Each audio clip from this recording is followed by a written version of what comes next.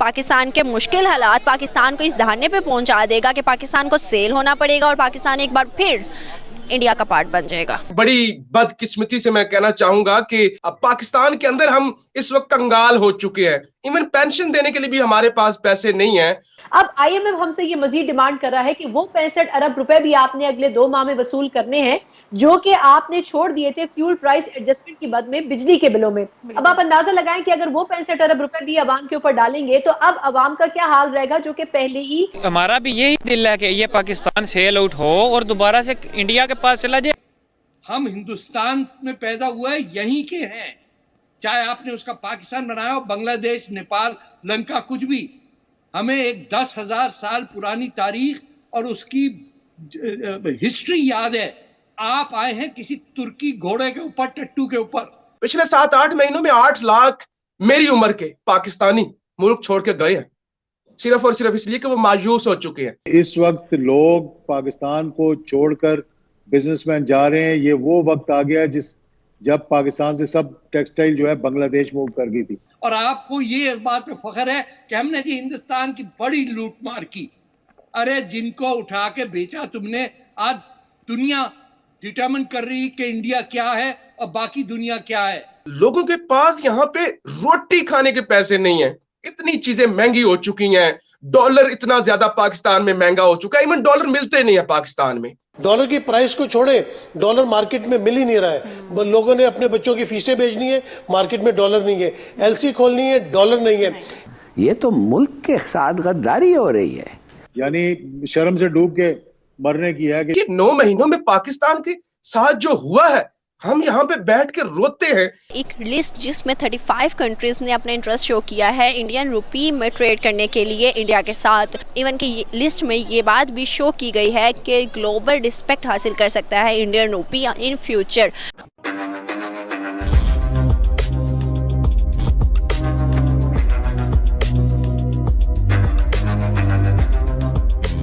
नमस्कार दोस्तों, आप लोगों ने काफ़ी दिनों से रुपी ट्रेड मैकेनिज़्म के बारे में सुने होंगे, जिसमें रशिया और भारत दोनों एक दूसरे के साथ रुपीस में ट्रेड कर रहे थे और इसके साथ साथ श्रीलंका भी भारत के साथ रुपीस में ट्रेड कर रहा था।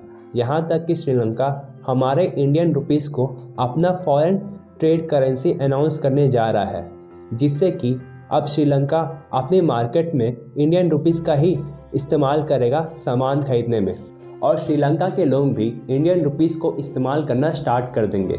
और दोस्तों, इसके साथ साथ एक और अच्छी खबर आ रही है कि अब 35 ऐसे देश हैं जो भारत के साथ इंडियन रुपीस में ट्रेड करना चाह रहे हैं, क्योंकि अब दुनिया भर में भारत की इकॉनमी और करेंसी सबसे अच्छा परफॉर्म कर रही है।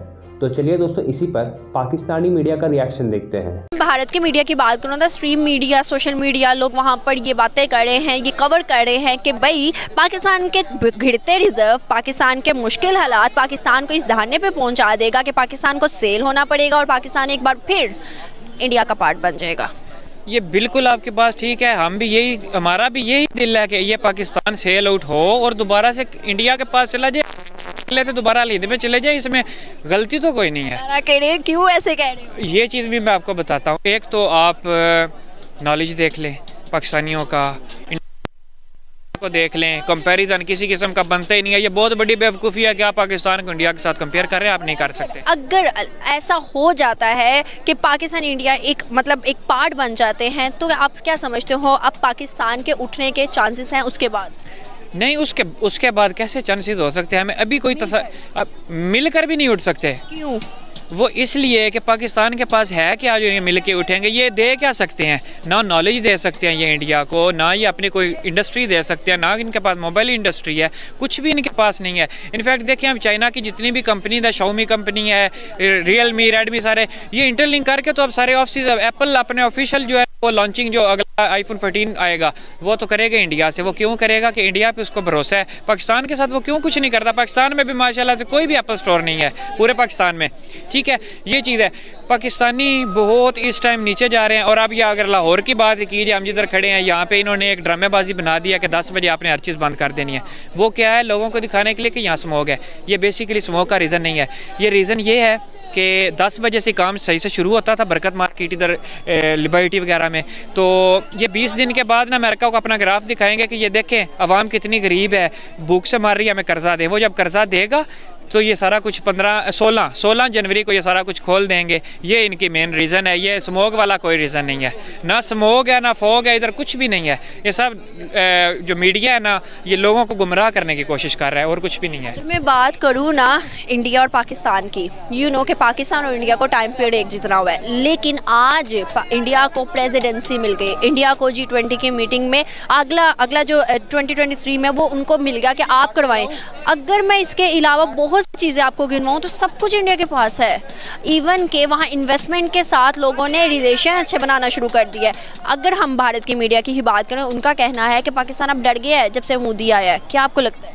पाकिस्तान डरा तो खैर नहीं है, लेकिन ये कुछ कर नहीं सकता, इसलिए फिर जो भी न्यूज़ आती है ना, वो क्या कहते हैं कि जो किसी का वो क्या कहते हैं बेदी होता है ना, वो बेचारा आगे से बोल नहीं सकता। वो जो बात करेंगे हमें माननी पड़ेगी। अब ये इंडिया और पाकिस्तान का हिसाब ये है ना कि हम ये चाहते हैं, आप इधर की अगर आप पुलिस फोर्स देख लें या कोई और देख लें, तो एक उन्होंने आदमी रखा होता है, वो छतरी उसके ऊपर रख के तो चल रहा है, वो अपना खुद हाथ में पकड़ते हैं। अगर मैं दोनों पॉलिटिक्स की ही बात करूं, अपने जितने भी पॉलिटिक्स पीछे, मैं 15 साल का है, 30 साल तो हमारे एक ही ने किया है। अगर मैं 45, 40, 50 की भी बात करूं पॉलिटिक्स को पीछे, और अगर मैं इस पॉलिटिशियन की बात करूं जो कि इंडिया में करंट है और इससे पहले, कैसे कंपैरिजन कर सकते? कंपैरिजन बिल्कुल बनता नहीं है। अब आप ये चीज़ देखें कि हमें एक तो हिस्ट्री सबसे गलत बताई गई है। हमें ना कोई कायदा रहमतुल्लाह अलैह की हिस्ट्री सही बताई गई है, ना कोई हमें अब जी 1965 की जंग पाकिस्तान जीता था, 1971 की पाकिस्तान जंग जीता था। यार कैसे जीता था? अगर जीता तो इंडिया हमारे पे हुकूमत करता। ये हमें ना बिल्कुल गलत नॉलेज दिया गया। फातिमा जिन्ना जी ऐसे थी, ये थी, अल्लामा इकबाल ये थे, वो थे। यार वो जो कुछ भी थे हमें कम से कम इनफैक्ट मैं आपको एक मज़े की बात बताता हूँ, हम सब मुस्लिम्स हैं, करबला का वाक़या हमें गलत पढ़ाया गया है।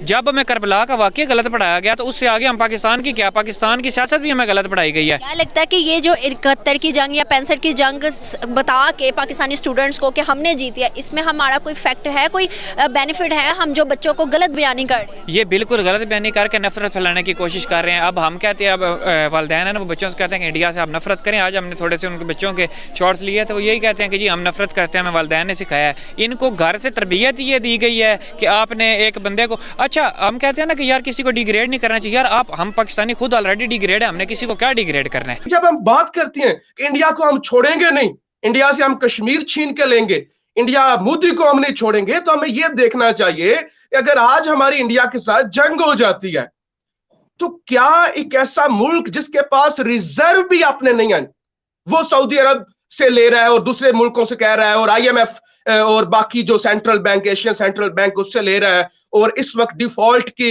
हम पोजीशन पर पहुंचे हुए हैं। हमारे अपने मिनिस्टर्स ये कह चुके हैं कि जो पेंशन होती है ना, ये बूढ़े बुजुर्ग छोटे छोटे नौकरियों वाले जो रिटायर हो जाते हैं और उसके बाद वो पेंशन पे अपना गुजारा करते हैं, उनको देने के लिए पेंशन नहीं है। और लोगों के बिजली के बिल इतने ज्यादा आ रहे हैं कि 100 यूनिट इस्तेमाल करता है, बिल उसका पाकिस्तानी को 20-25 हजार आ जाता है, और लोगों की यहाँ पे एवरेज सैलरी तो 18 से 20 हजार है ना। तो लोग, हम बात कर रहे थे कि ये पोजीशन है मुल्क की इस वक्त। 8 लाख, शर्मा जी, हमारी ये बड़ी सारी चीजें जो मैं अपने मुल्क की आपको बता रहा हूं, मुझे बड़ी शर्म आ रही है आपको बताते हुए कि जाहिर हमारा मुल्क है ना, और यहाँ पे एक तासुर भी है पाकिस्तान में कि इंडिया हमारा दुश्मन है, और फिर शरीकों को या दुश्मनों को अपनी ये चीजें तो नहीं बताई जाती, लेकिन ये हकीकत है। कैसे है, पिछले 7-8 महीनों में 8 लाख मेरी उम्र के पाकिस्तानी मुल्क छोड़ के गए हैं, सिर्फ और सिर्फ इसलिए कि वो मायूस हो चुके हैं, सिस्टम से मायूस हो चुके हैं। ये अभी कल ही वो जो 2 दिन पहले बन्नू के अंदर हुआ, वो TTP यहाँ पे कंट्रोल से बाहर है, उधर से चमन के अंदर और अफगान बॉर्डर से हमारे जो सिक्योरिटी का मसला है। तो इस वक्त 2 हमारे बड़े मसले हैं, एक सिक्योरिटी और दूसरा ये इकोनॉमिक सिक्योरिटी। ये दोनों चीजें इस वक्त जो है वो बड़ी हाई रिस्क पर है पाकिस्तान के अंदर, और इस वक्त ये सारी बातें करना इंडिया के अगेंस्ट और सारी चीजें ये सूट नहीं करती। इस वक्त बहुत बुरा हाल हो चुका है शर्मा जी पाकिस्तान का, और मुझे लगता है कि इनकी कोई कामयाबी मैं गिनवा नहीं सकता। हाँ, ये कामयाबियां जरूर हैं कि पाकिस्तान के अंदर इन्होंने वो जो ताकतवर इंस्टीट्यूशन होते हैं उनको इस्तेमाल करके अपने केसेस जरूर माफ करवाए हैं,